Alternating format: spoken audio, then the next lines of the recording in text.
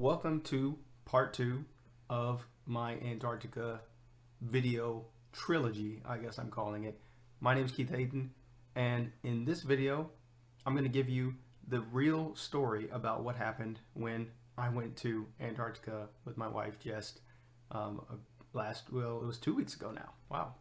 So I'm recording this a little bit after the holidays, it's during the holidays, but a little bit after Christmas. And just like I did with the first video, I'm just going to keep it rolling. I don't care if I screw up. I don't care if it's a little bit raw. I don't really like editing my videos. I really don't like taking the time. I'm going to take the time to edit this one though, because I want some of you to see the just stunning pictures and some incredible video of some of the things that I saw when I was down there. So before we jump into it, don't forget to like and subscribe to my channel. Don't forget to, I guess you can only like the video. Don't forget to like the video. Don't forget to subscribe to the channel. Find me on social media at KH_author. And with that said, let's get into my trip. So when I left you off on the first video, I talked about how we kind of were in a rush, right? Because we had taken a little bit longer to get to where we were going or get on our flight to Punta Arenas, which was our point of departure to Antarctica. And I think I left off where I was talking about when we got to the hotel where we were supposed to leave. We didn't have much time because we had to reshuffle our luggage. We had to repack our bags because there's a weight requirement on the ship. You could only carry a certain weight amount onto the boat with you. So we couldn't bring all of our clothes with us. We couldn't bring all of our stuff. So they had a system in place to where you could basically leave checked luggage at the hotel before you got onto the plane to eventually get on the boat. So after we shed some of that stuff, we had time to take a quick shower. When we arrived at the hotel, we had time to sleep a little bit, and maybe like half an hour, but that was it. Well, just a second. I'm mixing up the time going back to going there. We didn't take a shower. We just had a quick rest, and then we eventually got onto the flight.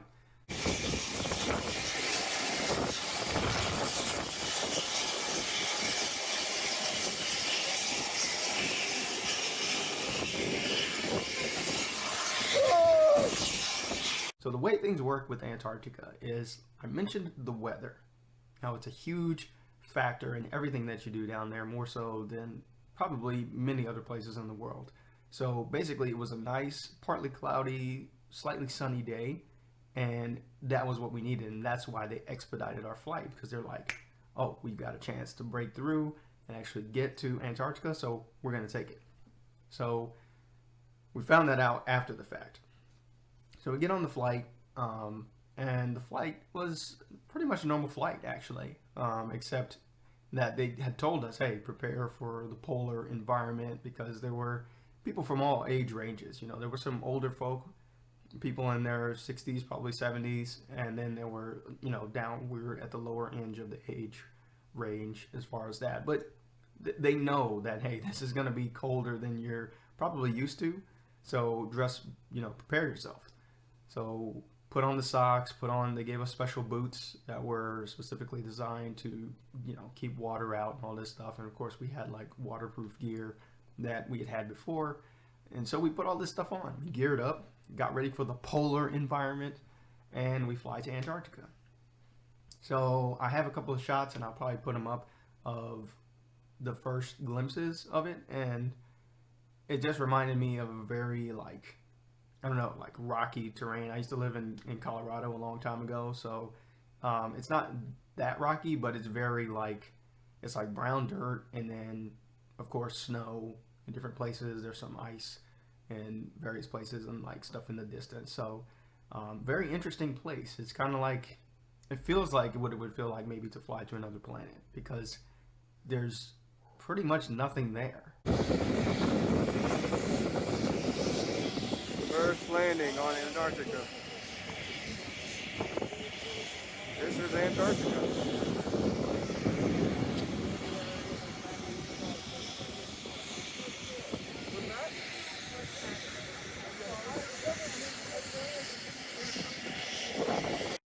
There's a bunch bunch of bases there, and a lot of nations have like scientific stations around Antarctica, but there's no towns, there's no established settlements outside of these, military and scientific research stations that are primarily there. There's other things probably there too, right? Some maybe secret stuff we don't know, but from what we can see, there's not like towns as we know it where you fly or drive anywhere else in the world. So it's kind of unique there. So we fly in, we land. It's a dirt runway. We get off the plane. They kind of greet us. They have one of the crew members there, and they're like, "Welcome to Antarctica." And first impression stepping off, definitely it was colder than it was when we were in Chile, but it wasn't like terribly cold. It was actually a pretty nice day, probably a really nice day for Antarctica. Like partly cloudy. It was probably in the like low 40s when we landed. It wasn't as cold as because I remember the first thing we had to do was walk.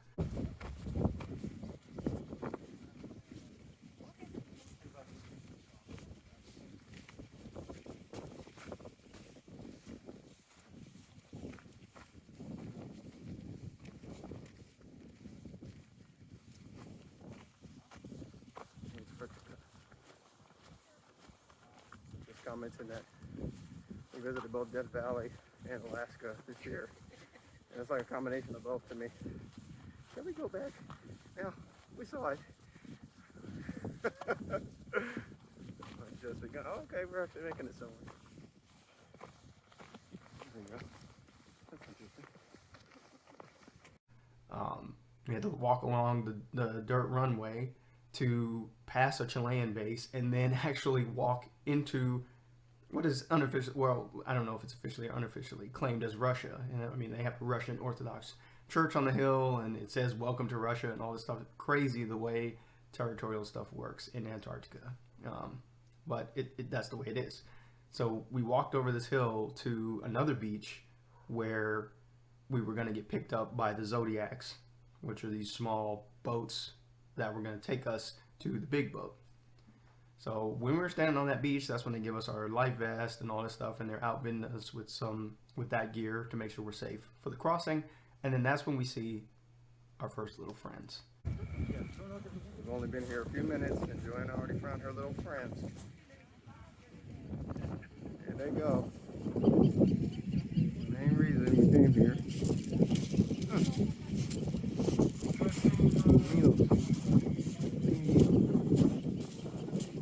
They're just standing there. They're not doing anything.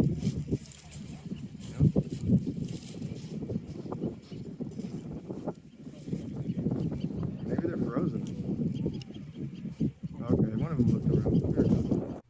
Penguins. Of course, that's one of the big reasons that I know my wife wanted to go, was to see the penguins. She's an animal person. I'm not so much an animal person, but I went anyway, and I see the penguins come up. There's maybe I don't know, 5 or 6 of them on the end of the beach, and then one just kind of comes up, and Penguin just came out the water.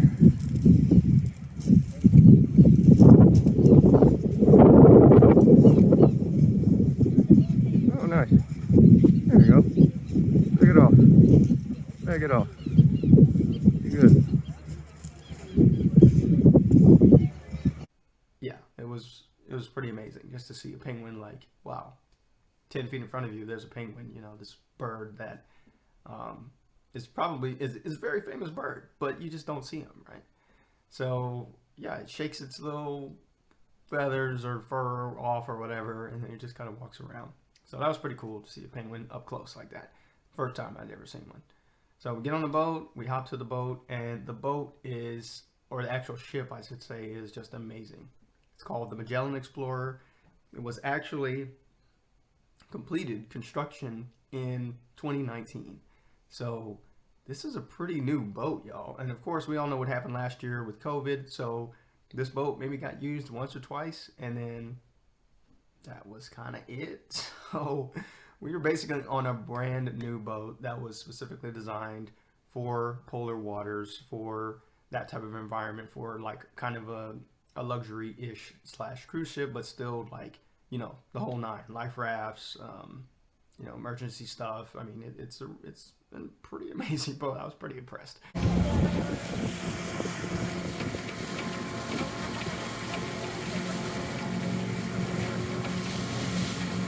There's the boat.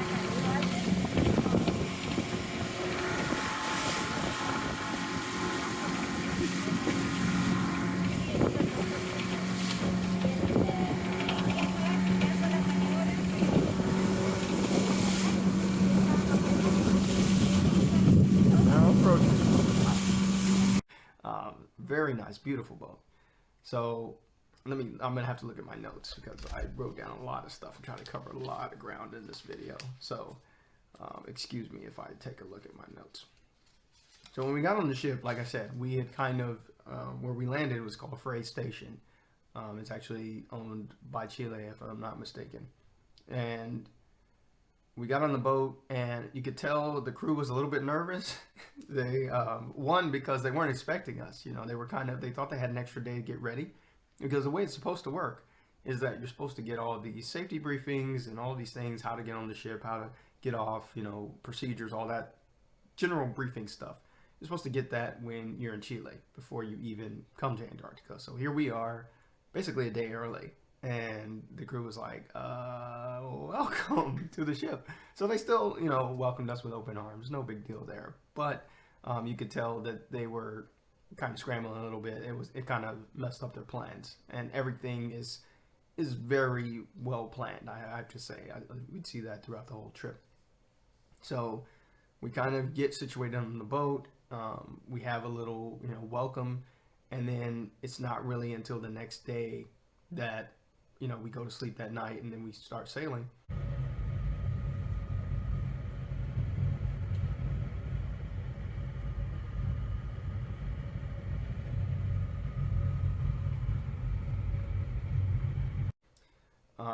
The next day is when they hit us with all the safety briefs, all the stuff that they should have given us in Punta Arenas. They do it on the boat, and amazing. I'll say more about the crew and the staff later.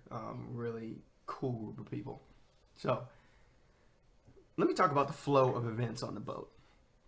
So basically the way things worked is actually pretty regimented, and being a military veteran, it kind of reminded me of that type of environment, to where it's a cruise, but don't get it twisted. Like, they call it an expedition for a reason, because you have come to a dangerous place, as I reminded myself several times when we were on the boat, because there's, like I said, there's no towns there. It's just you and the boat, and in this massive continent with there's a lot of dangers there. The weather, I don't want to say the wildlife. There's not a lot of wildlife that will dangerous to humans, but just unpredictable nature, wind and all this stuff. Everything just seems to be more extreme down there. I mean, you can imagine the type of place that it is, even though this was the summer.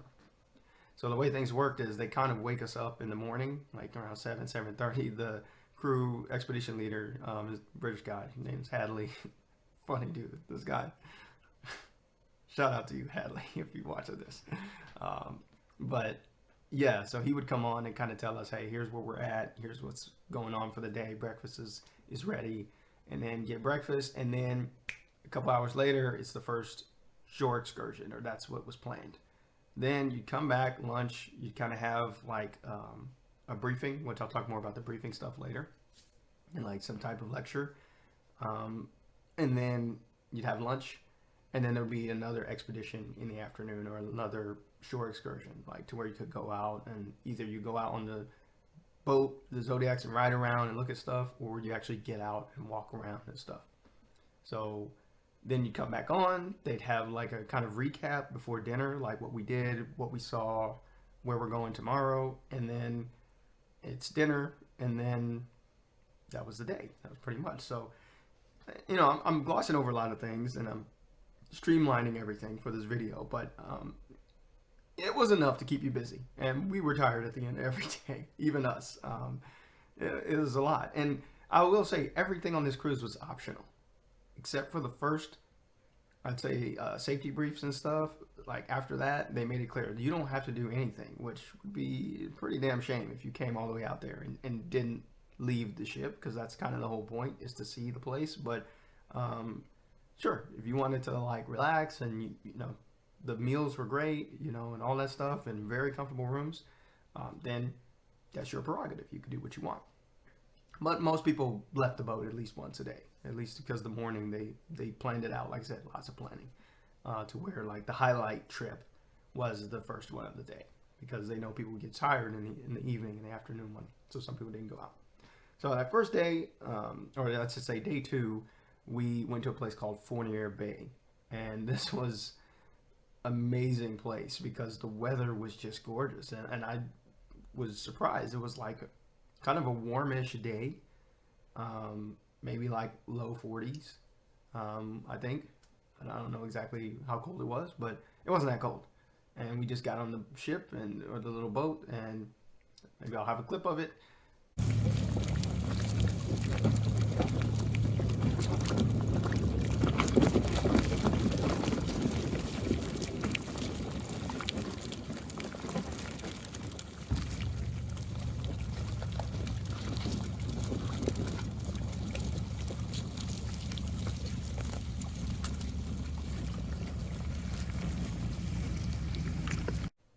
It's just amazing seeing the icebergs and seeing all of the ice floating in the water. It's just amazing, gorgeous.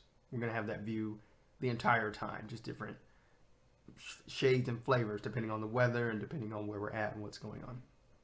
So Fournier Bay was our first, like, wow, we're in Antarctica. Loading procedures, every time we got off the boat, it was actually very seamless and very smooth, actually, for how fast the crew got it down. I mean, it just surprised me, like the speed and efficiency. You could tell they're trained very well with this aspect of it. So what we would do is we'd get to our spot, we'd anchor, and then the crew would go out and kind of assess the situation and make sure, is the wind not too crazy? There's no ice going to block us in? Can we, you know, it's safe basically to go out? So the crew would do that assessment, and after like, I don't know, 30 minutes or so, they'd come back and be like, okay, green light, all good. And then we would go out. And so we'd get our polar gear on, same gear we put on when we flew in. And then, you know, whatever you want to take with you, cameras, whatever, water. And then you go out on the boat. Getting on the boat. We're going to see that. That's right. All right, I'm coming. And then either you stay on the boat and go around, or the boat takes you to land. And then if it was land, they had to do more assessment, because then they would actually, because remember, this is Antarctica. There's no mile markers. There's nobody saying, oh, it's safe, go put your thing over there, or by that rock and that penguin over there. Like, nobody's doing that out here. So they had to kind of do it themselves. So you can tell everybody's like, I don't know, mountaineer trained or guide trained. I don't know what type of training they have, but you could tell they do their stuff to be able to go to a place and actually make a route for people who don't have this type of training, make sure it's safe, and make sure, you know, because there's so many hazards, you know, there's just snow blanketing everywhere. So you don't know what's safe. There's hidden crevasses. They warn you about that. Be careful where you step, because it's not all solid ground under. You don't know what's under the snow. I know I stepped a few times and I would get like, not knee deep, but close to like shin deep. I would get like shin deep in some snow. The snow was that deep. It was that deep sometimes. So you had to be careful. So anyway, the crew would do that. So basically all we had to do was put on our gear and basically wait till the boat was free. And then they helped us on, made sure they were safe, had people grabbing our arms, and then make sure we could sit down, and they loaded up and we go. So same for getting back on the boat. We would come back.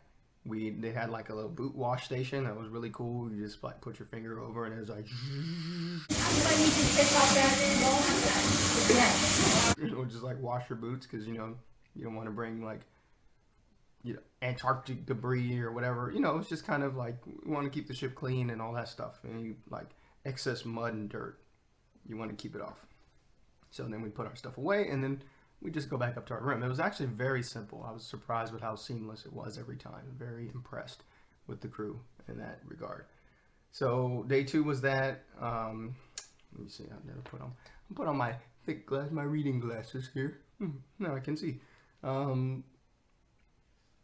yeah, so that was the first day. The first day was the briefings in the morning and then Fournier Bay. Day 3, so at night, let me slow down. At night, we would move, like do a big jump. We would like sail somewhere while we were sleeping, and I don't know if it was that second night or that first night. Maybe it was the first night where it was just, y'all, bro, the boat was literally like you're in bed, then the boat was just like this.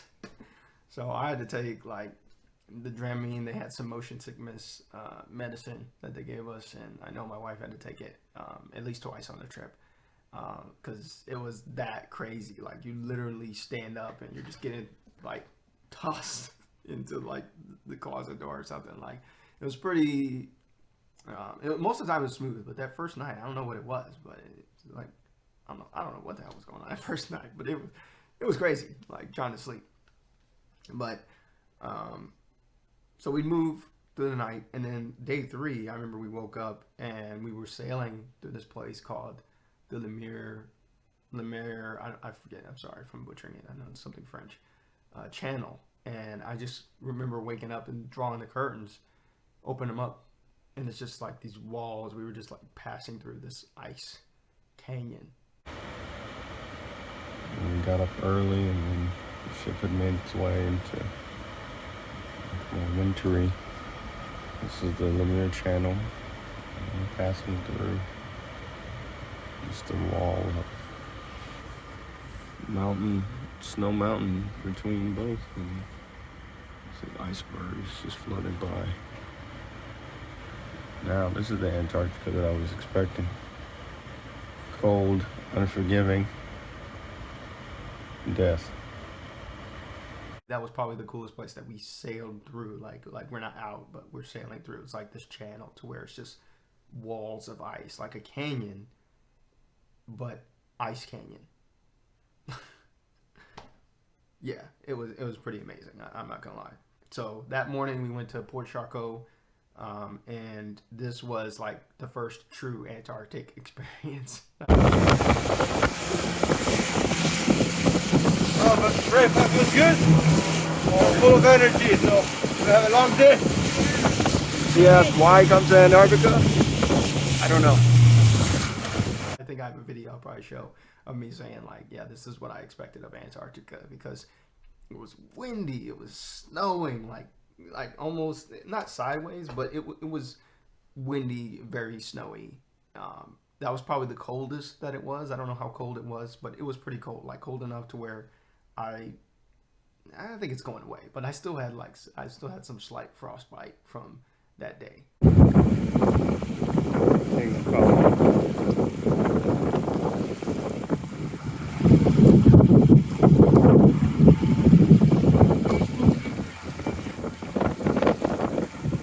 Because anytime you want to take pictures and stuff, well, it's just you do it at your own risk, right? Because I had this phone that I'm shooting this video on, just my phone. I don't have a fancy camera or anything. But yeah, so if you drop something and it falls into like I said, shin deep snow, it's probably gone forever.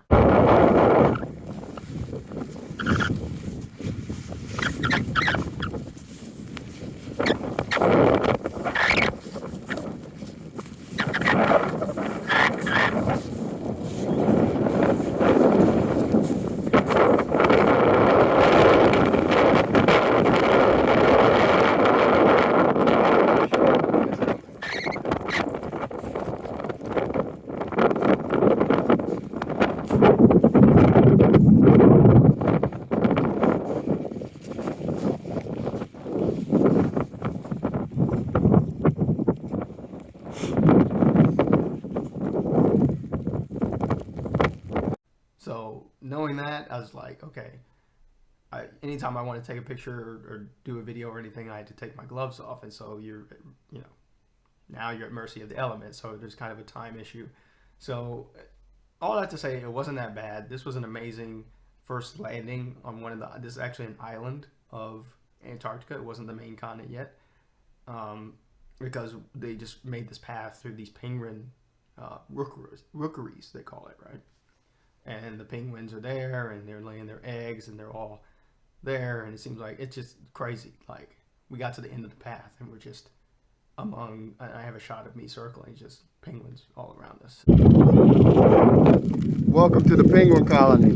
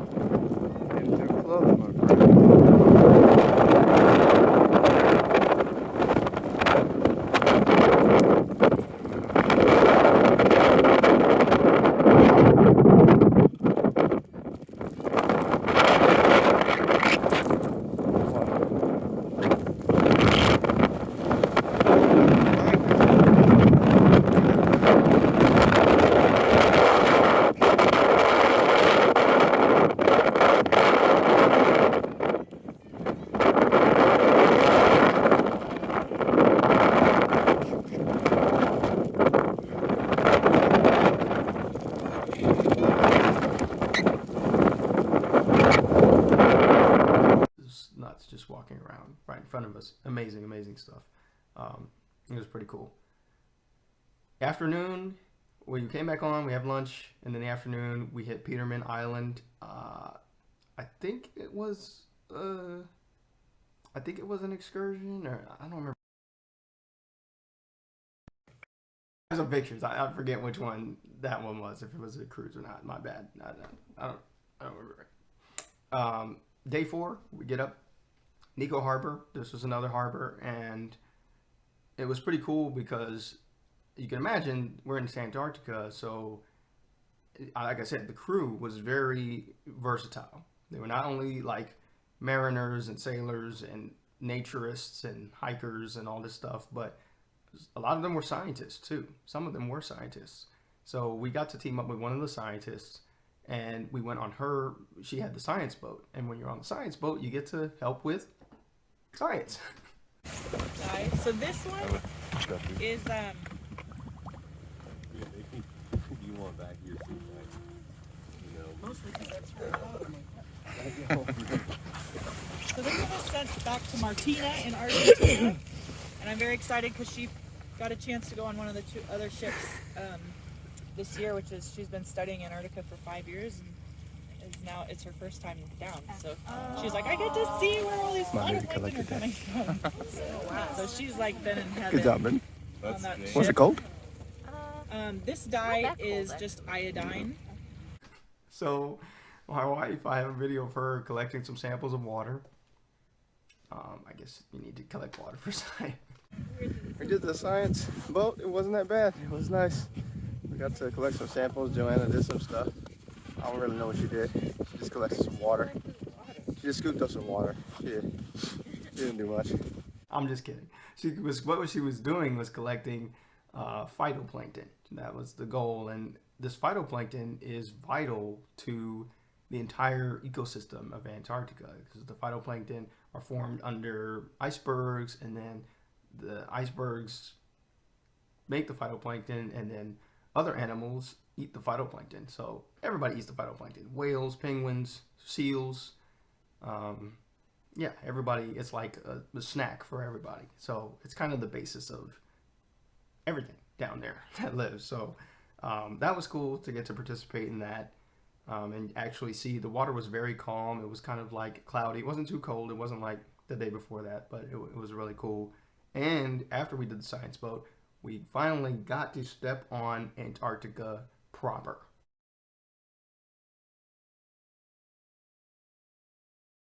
Like the continent.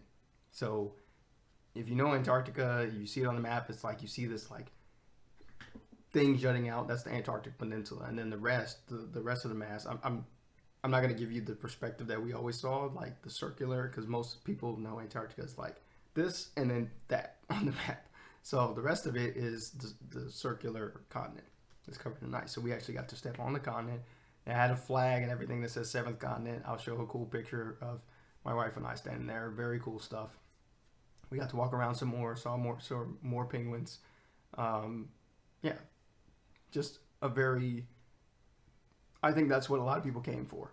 is to do that, the flag, like to let it be known that they were on the seventh continent, like proof that they were there, and we got that proof as well. So when we came back from that excursion, it was time for the polar plunge. The polar plunge, y'all. I didn't do it. I couldn't do it. I was like, man. My wife and I, we had like heard that was a possibility, and it was like, no, that's not. They said the water was -1 degrees Celsius. -1. So what is that like? I think it's like 28 degrees Fahrenheit. It's freaking cold. And some people were talking about like the health benefits and all this stuff. Like, oh, when you shock your body, it's like, I know that I'm not about that life. Like, so we got a couple of videos of people doing it. I got a video of a brother doing it, and I was like, brother, you all right with me? He got like halfway in, and then he got out real quick. I'm inching his way. Don't do that, man. No. Don't do it that way. No, my man. Nah, brother, don't do it that way. He'll never go in there. Don't do it that way. Oh, no. Oh, man. Why'd they get you? Oh. Now you have to go all the way. Well, I have to get you out there, man. Oh, my God. Oh my goodness. That was worse. Oh my goodness. No lie, I can show the video. Yeah, but it was cool that they had the opportunity, and I guess half of the people that were on the ship did it. Some people even did it multiple times. Yeah, it was nuts, y'all. Not for me though, but it was a possibility, and it was fun to watch those people do it. So then the afternoon comes, and then we did another short excursion. This time we didn't go to shore. We just stayed in the boats in the Zodiac. But it was really cool because we were in this kind of like iceberg field. They kind of took us through the guide. To the water. Welcome to the iceberg field. Yeah. Was what it was, the waves were hitting that place over and over until they get lighter, they turn. So the mark stay the top down. That's why you have those tricky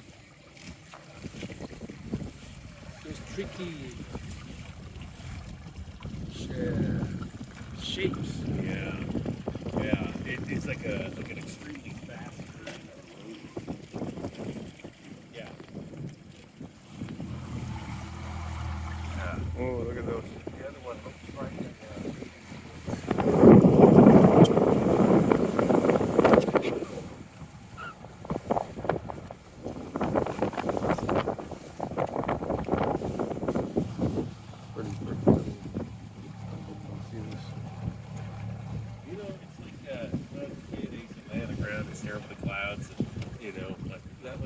Yeah. here, like blue.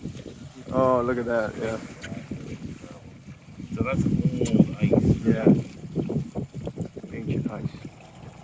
And it was neat to like, whoa, man, these things, you just see them drifting, and they're faster than they look. I mean, you see a giant iceberg, you're like, that thing ain't coming. And then it's like, oh, whoa. It moved like a lot. And they move pretty fast. So that was cool to see. We saw some awesome, dope ice caves. That was awesome. Day 5 was a place called Hydroga Rocks. This was a new place actually that they had never been to, or they hadn't been to in a long time actually. We'll get to the place they'd never been to, but they hadn't been there in a long time. So it was kind of, they were assessing more, and it was kind of a longer trip to the tiny island, but it was beautiful weather when we got out there. Saw a lot of chin strap penguins. This is a different type of penguin. It's kind of got a little, looks like a chin strap. See there. It's a roost. What the hell? Sound like a goose.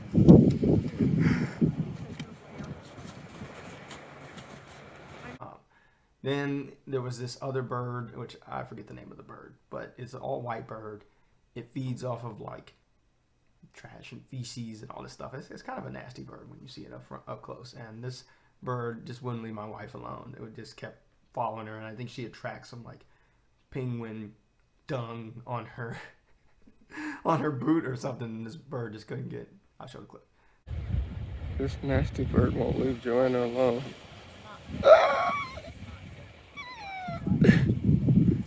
Why?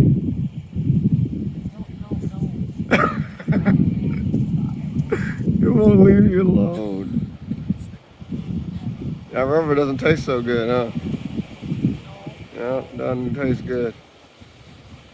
No, no, no. The bird couldn't get enough of her, y'all. It wouldn't leave her alone. So that was that. Then, as we were on that island, we were on there for a while, maybe an hour and a half, 2 hours. That was typical length of most excursions, maybe 2 hours, 2.5 hours if you got out early, right? Then all of a sudden, it just started getting really nasty and windy. And so you could tell, like, the crew, you could tell when they were like, okay, we need to pick up the pace. And they entered a different mode, you know, because they would be around, you know, as you're walking around, you could ask them questions about the birds, ask them about the history. You could ask them about whatever you wanted. But then you could tell when things would shift. And this was one of those times where they were like, okay, we need to get going.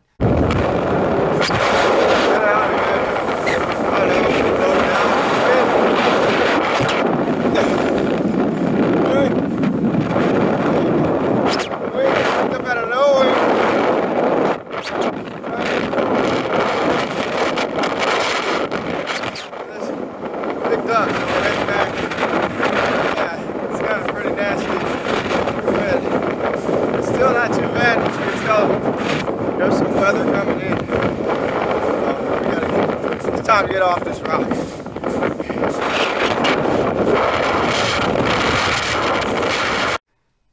And it was because the wind had gotten so bad that where we were anchored and the distance from where it was, it just wasn't good. It was like, you could tell it was getting unsafe and the crew was getting a little nervous. So we get on the boat and I have this pretty incredible video. It's not a very good quality video because the gyroscope of my phone was all messed up because I was like claw grip on my phone and my hands were freezing at the same time. And we get on the boat and we are just on this boat and it is just like going, it's crazy. And we were going pretty fast because we were trying to get back to the ship because the waves were just intense.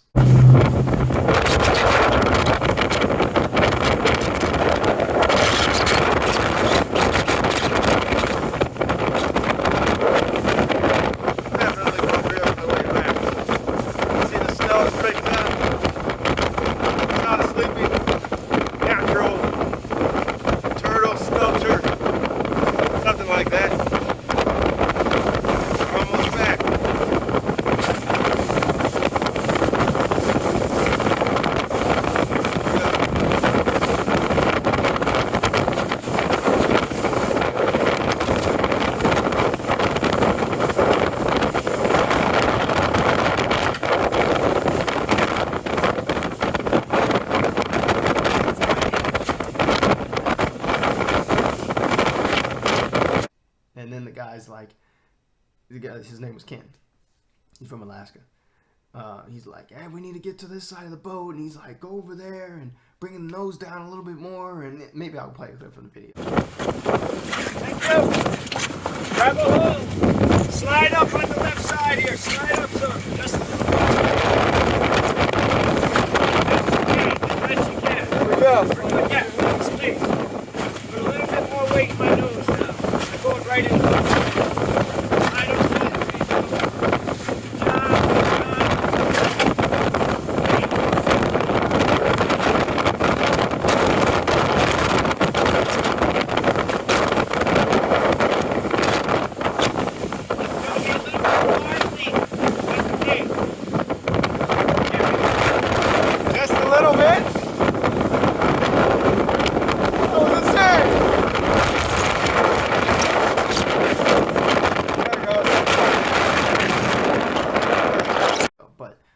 Intense, y'all.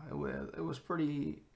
I'm glad nobody fell in. Nothing happened, and it turned out all right. We got back to the ship. It was all cool, but yeah, it was pretty amazing. I've never done anything like that, especially in Antarctica, man. Like, duh, like, wow, it was amazing, cool stuff. So we get back to the ship, and then we kind of stay in the same area because in the afternoon we stayed around Harry Island, but we just did another Zodiac cruise, and that was cool too. It was just more chill, but I remember it was pretty cold. But we saw some incredible stuff. Ice cliffs, icebergs, just some cool tricks of light with the sun and everything as the sun was setting, right? And by the way, the sun setting, it didn't really happen out there. I thought one night that I woke up, oh, the sun went down. It was dark, but it never really went down. It just kind of did laps around the sky a little bit and hit like this twilight, dusk, dawn combo type of weird thing, and then whoop, the sun started coming up again. It was nuts. It wasn't 24-hour sun, but it was well, technically it was 24-hour sun, but it did go down a little bit, so maybe around like 1 a.m. or something. So that night, they said we were gonna have a barbecue outside. And then now we're about to go out to this barbecue, Antarctic barbecue. And they telling us it's like -1 degrees Celsius, which I think it's about 28 degrees Fahrenheit. So it's below freezing outside. And barbecue? Below freezing? Antarctica? Look at this. Oh, this is weather for a barbecue. But it's the only way we're gonna eat food tonight, so we gotta go outside and brave the cold. So Outside. So I'm telling you, we're talking about Antarctica, right? And you know, being from Texas, okay, I know I'm no stranger to a barbecue, but I heard no Antarctic barbecue. That didn't compute for me. So I had this video, maybe I'll play it, of me like being like, oh man, it's gonna be a barbecue outside. Why we have to eat outside? So we go to the barbecue, and you know the food's good. I mean, they had the small wine. The barbecue was very good, but it just got cold really fast. I mean, the barbecue was actually pretty good, but of course it got cold. It's freaking snowing out here. I'm trying to be strong. Man out here, but it's freaking cold, yo. Like 27 degrees out this morning. I mean, they're playing Bill Withers, so that's nice. But I don't know how it's working this season, but the way it looked, man, I'm about to go inside. And I'm not really a fan of cold food, so yeah, that was kind of I don't know. It was what it was, right? I still ate, but it was just different, I'll say. I don't know. I liked it though. I liked it, but I don't really like cold food. So we took some good pictures though during the barbecue, and we did have a good time and play some good music. So the last day we were out there, the morning we went to a place called Deception Island, and this was a very historical place because this was a huge site of sealing and whaling operations in Antarctica.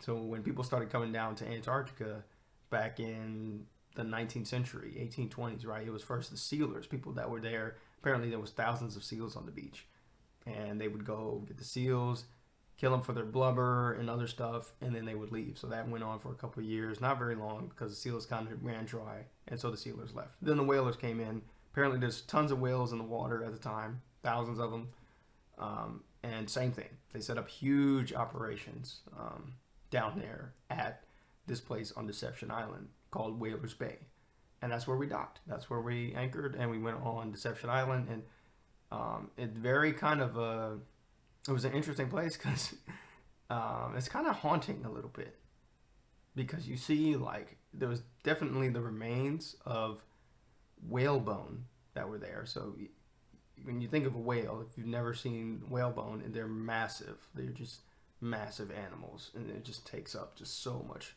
room on the beach. So these are the remains of a whale. You can see the size. That was probably the head. and then that was probably a bone of the spine, and then all the way down. See how massive they are. It's probably one that was just left out and just decayed, and now all that's left is the skeleton. Oh, and by the way, Deception Island is basically an active volcano. So the water's a little bit warmer in that area, but there have been eruptions. I think the last eruption was like in the 1970s. So yeah, there's been eruptions on that island, and that's why it's abandoned, because the British were one of the last to maintain a station down there, and they kind of gave it up after the last eruption in the 1970s. But very cool place, lots of historical stuff, like remains of the whaling station are there. Where we are now, where we're standing now, is really the centre of the operation here. You can see the little brick structure up there. That was the overbit of the big giant skip. Boats would come in with the whales instantly here.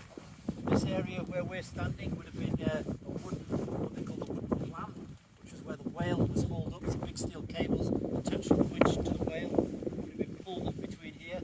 These two rows of tanks we have on either side of us, they would have been encased in buildings. These are the tanks where as the whale was pulled slowly up the plan, whalers would take the rubber off them, feed it into these boilers, boiled up with water, and eventually you could extract the oil from them. Absolutely seen how the process worked, but there were boilers where you got your oil from to ship out the product you were after. Like I said, the whale bones were there. We saw a seal on the beach just kind of chilling there. A seal on the beach.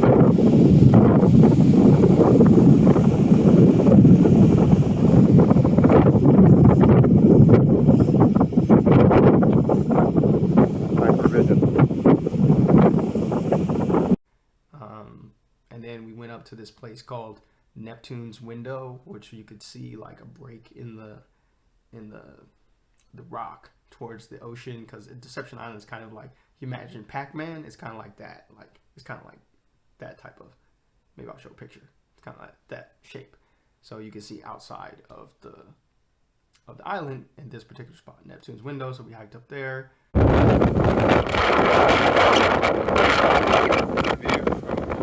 highest point they're gonna let us go to Deception Island.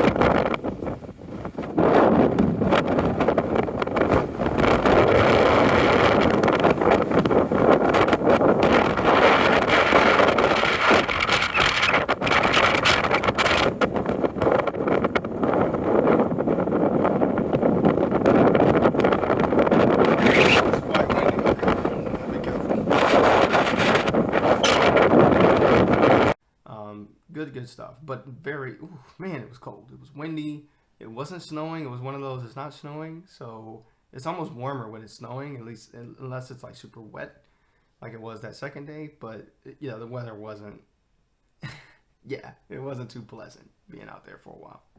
So the afternoon came, we came back on the ship, afternoon came, and for the first time they actually canceled our shore excursion.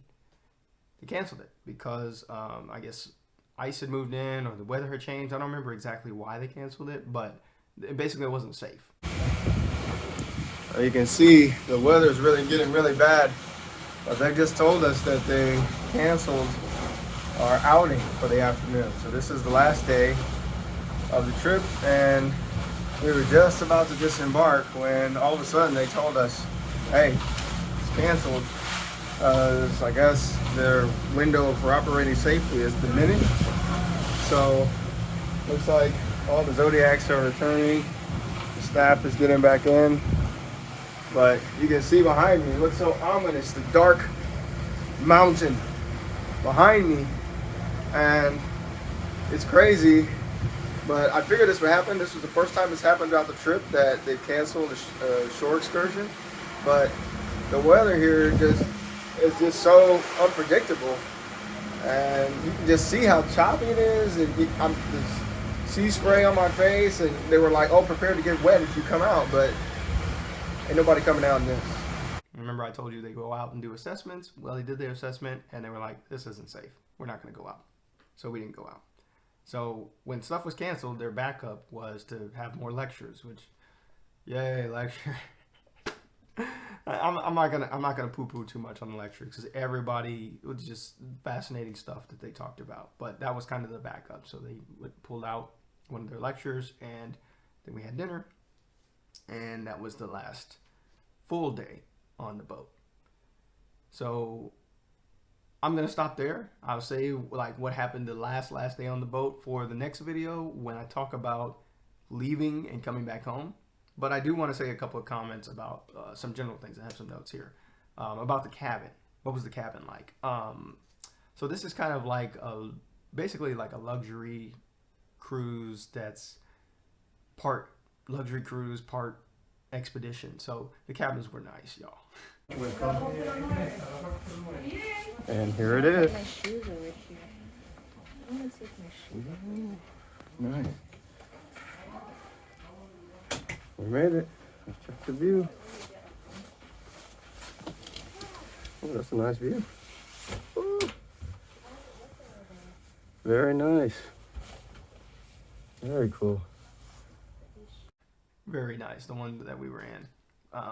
Because we had booked before COVID and held on to our reservation throughout the time, they had ended up upgrading us. So we ended up getting a slightly better room than, I'm not going to say slightly, a way better room than we were supposed to get. So, yeah, it's nice balcony, king-size bed, heated floors in the bathrooms. So good. Very nice. They had everything you could want and more. You know, they had, the fridge was stocked with stuff, wine, beer, drinks, coffee maker, hot water pot for tea, whatever. You know, like, it was just nice. Like, it was a nice size cabin, very nice quality.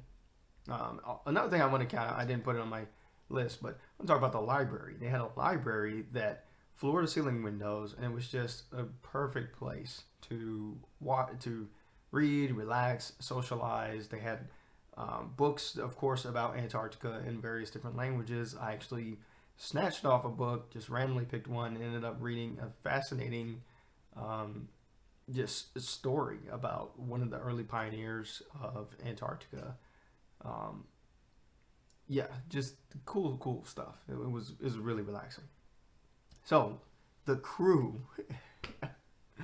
the crew was amazing. Shout out to the crew. If you're watching this, you guys really did just an awesome job. Everybody, Hadley, Wendy, Nigel, Allison. I'm sorry if I'm not naming your name. Bob, of course. Yeah, thank you for everything that you did, and just your expertise. It's just amazing. I mean, these people just work damn hard down there and just nonstop, continuously during their season to be informative and to help us have a good time. And that brings me to the A21 Connect program. So A21 Connect, in sum, is their multi-day program where they talk about the story of Antarctica, from the abiotic to the biotic to the history to the current present day. So every day they would have, starting on I think the second day, they would have one of these lectures given by one of the respective crew members who was kind of that's their specialty in the field.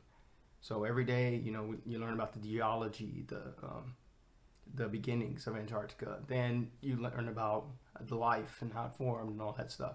Then you learn about the history, the people who pioneered it, people who that risked everything for fame and glory to race to the poles and to chart it and all this stuff.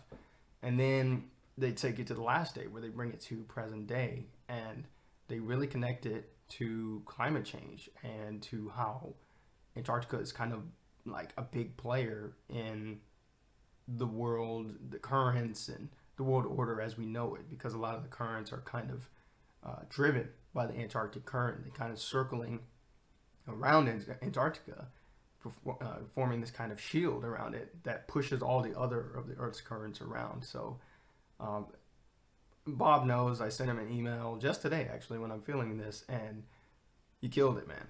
You really did, and you're amazing. It really changed my perspective and drove it home, like as far as climate change and our need to like act now as best we can.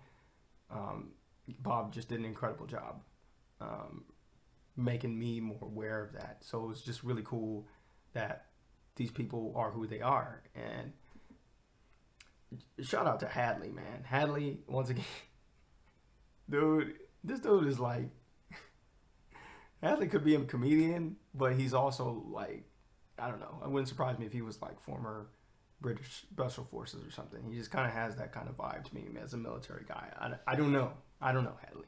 Maybe you are. You're probably laughing if you're watching this, but appreciate you and the rest of your crew. Awesome job. I wanted to say a quick note about other passengers. We met so many passengers, and you can imagine on a trip of this caliber, and we're on a luxury cruise, this expedition, it's Antarctica. We were rubbing shoulders with some people who were amazing. I'm not gonna name their names, but met a guy who owns his own recycling company. Met a guy who I'm pretty sure is working for the CIA, but he didn't say he was, so he cannot confirm or deny that he is working for them. He never did. Super interesting, fascinating guy. Loved our conversations. There were doctors, there were lawyers, there were the vice president of the company, the company that runs the tour was on the boat with us, with a bunch of Chilean guy and a bunch of his family and friends were there. It was a party, y'all. I didn't know the type of people who would go on a trip like this, except for like us. But yeah, interesting people go on this type of trip. The food, how was the food? It was good. It was really good. They had a full service kitchen the entire time. Breakfast, lunch, dinner. Yeah, I can't say much more about the food. It was just good. We definitely gained a couple of pounds while we were there. And how does it feel to be the second black man documented that went to Antarctica? It feels good. Feels like I did something that is amazing, that not a lot of people get a chance to do. I know I'm very humbled that I had the privilege to go. And I really enjoyed my experience. So that's going to do it that's all my notes. I think I got through everything. I think I did it maybe in under 40 minutes. I don't know. But that's going to do it for this video. Join me in the final video of this 3-part series where I talk about my trip home and trust. It was just as eventful as the actual trip itself. Maybe not as memorable. It was one of those things that you don't want to remember. But remember, we're traveling during a pandemic as things are on the rise again due to the Omicron variant. And yeah, we knew it was going to be a while getting back home. Because we had to get from here, Antarctica, back to over here in Okinawa. And there's no direct flights. So, you got to go back the standard path. So we knew it was going to take some time. That's all for this video. I hope you've enjoyed hearing about my trip to Antarctica, the actual trip itself. If you like this video, leave a comment, like the video, subscribe to this channel, and don't forget to find me and hit me up on social media, especially on Twitter at @KH_author. I'll see you in the final video.